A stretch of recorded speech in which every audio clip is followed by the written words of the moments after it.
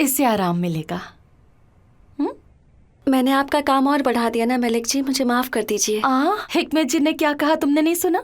अगर तुम्हारी देखभाल अच्छे से नहीं हुई तो डांट पड़ेगी हमें। तुम चाहती हो मुझे डांट पड़े? क्या मैं अंदर आ सकता हूँ? हाँ हाँ आइए ना, मैं बस आराम कर रही थी। कितना प्यारा बर्ड है। मैं ये रेहान के लिए लाया हूँ। क्या आप ये सच में मेरे लिए लाए हैं? इसे बर्ड्स बहुत पसंद है। बर्ड्स ही नहीं बल्कि इसे सब जानवर पसंद है। ये बताओ तुम इसका क्या नाम रखोगी? वैसे आमिर कहाँ है? मैं यहाँ हूँ डैड।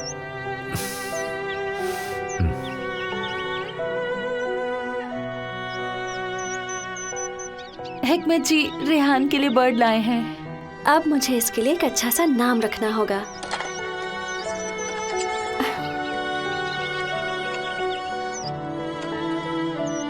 अब मुझे इसके लिए एक अच्छा सा नाम रखना होगा। वैसे आमिर जी को भी जानवर बहुत पसंद है।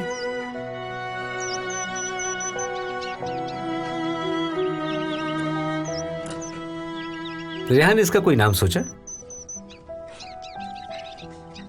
मैं इसे बुलाऊंगी इंजिर। ये यहाँ रहा तो तुम्हें डिस्टर्ब करता रहेगा।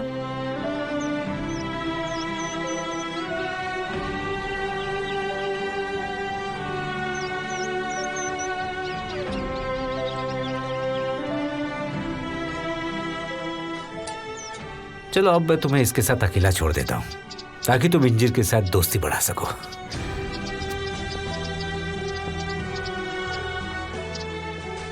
इसका खाना खत्म हो रहा है। मैं कल बाजार जाऊंगी तो खरीद कर ले आऊंगी। मिस इंजिर, तुम्हें आज के दिन थोड़ा सब्र रखना होगा। क्या ये फीमेल है? खाना ही ना दूं। अपने आप को समझती क्या है वो गवार कहीं की। वो अपने आप को इस घर की मालकिन मानती और कोई काम भी नहीं करती। निगार, जी बोलिए। ये खाना किसके लिए ले जा रही हो तुम? एक्चुअली ये वो रेहान जी के लिए है। तुम उसके कमरे में खाना क्यों ले जा रही हो? वो टेबल पर आकर नहीं खा सकती क्या? मिस्टर आमिर ने ऐसा करने के लिए कहा। उन्होंने उसकी दवाई किचन में छोड़ दी और कहा खाने के बाद उसे दे दो। लगता है अपनी बीवी की कुछ ज्यादा ही फिक्र हो रही है। तुम्हारी जुबान कुछ ज्यादा ही चलने लगी है आजकल। ये ट्रे वापस लेकर जाओ। किसी के भी कमरे में खाना नहीं जाएगा, समझी? पर मिस्टर आमिर, मैं बार बार नहीं कहूंगी। जो कहा है चुपचाप करो। देख रही हूँ आजकल तुम कुछ ज्यादा ही सवाल जवाब करने लगी हो मुझसे। ठीक है, जैसी आपकी मर्जी। उस जाहिल लड़की को अपने बेटे को इस तरह फंसाने नहीं दूंगी।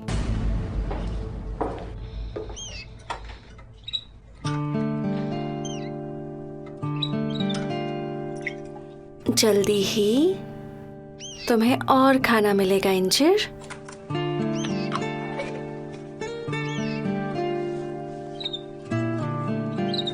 तुम्हें एक बात कहूं, आज से तुम मेरी सबसे अच्छी दोस्त हो इंजिर।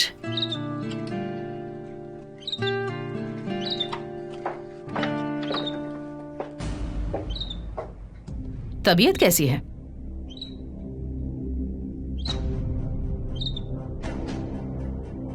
ठीक हूं। तुम हिकमत को बेवकूफ बना सकती हो, आमिर को भी बेवकूफ बना सकती हो, पर मैं तुम्हें अच्छे से समझ चुकी हूं। तुम्हारी ये झूठी बीमारी का बहाना मेरे सामने नहीं चलेगा। झूठी बीमारी? आपने ही मुझे धक्का मारा था। मैंने तुम्हें इस घर से जाने का एक मौका दिया था। इस घर में तुम्हारी मनमानी नहीं चलेगी। आई होप तुम मेरी बात समझ रही हो। जी हाँ, आज जो हुआ उसके बाद तो समझ चुकी हूँ। तो अब मेरी बात ध्यान से सुनो। आखिरी बार कह रही हूँ, जल्दी से पूरी तरह ठीक हो जाओ और मेरे घर से दफा हो जाओ। जहां से आई हो वहीं चली जाओ, क्योंकि हमारी जिंदगी में तुम्हारे लिए कोई जगह नहीं। हमारी बराबरी करने की सोचना भी मत। मेरे घर में आज तक सिर्फ और सिर्फ मेरी मर्जी चली है और आगे भी सिर्फ मेरी मर्जी चलेगी। मेरा यकीन मानो, तुम मुझे बिल्कुल नहीं जानती। अगर तुमने मेरी बात नहीं मानी तो आगे चलकर बहुत पछताओगी, क्योंकि मैं अपना कोई काम अधूरा नहीं छोड़ती। अब भी वक्त है, मेरी बात मानो और चली जाओ यहां से।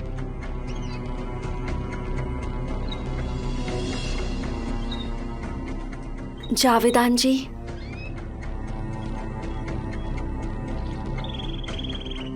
मैं आपको समझने की पूरी कोशिश कर रही हूं।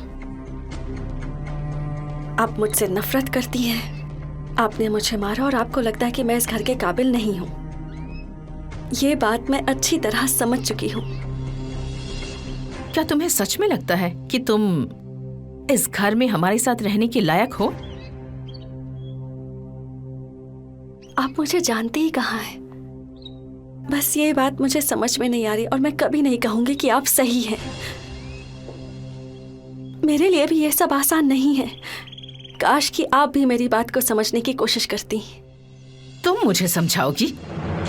तुम्हारी इतनी हिम्मत कि मुझे समझाओ? आखिर हो कौन तुम और अपने आप को समझती क्या हो? हाँ, मैं रेहान तारहुन हूँ, इस घर की और हिकमत तारहुन की बहू और एमिर तारहुन की बीवी हूँ। आप भले ही इस बात से इनकार करती रहें, लेकिन मैं आपकी बहू ही रहूंगी। क्या कहा तुमने?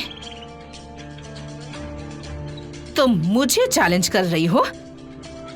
मैंने तुम्हें पहले भी वार्न किया था। अब तुम समझ ही गई होगी कि मैं क्या कर सकती हूँ। अब तो तुम्हें ये घर छोड़कर जाना ही होगा। नहीं, मैं कहीं नहीं जाऊंगी। आप चाहें तो अपना अधूरा काम पूरा कर सकती हैं, लेकिन मैं यहीं रहूंगी। मैं इस घर से कहीं नहीं जाने मैं वाली। तुम्हें कभी माफ नहीं करूंगी हिकमत। तुम एक जाहिल लड़की को इस घर में ले आए, तुम्हें कभी माफ नहीं करूंगी।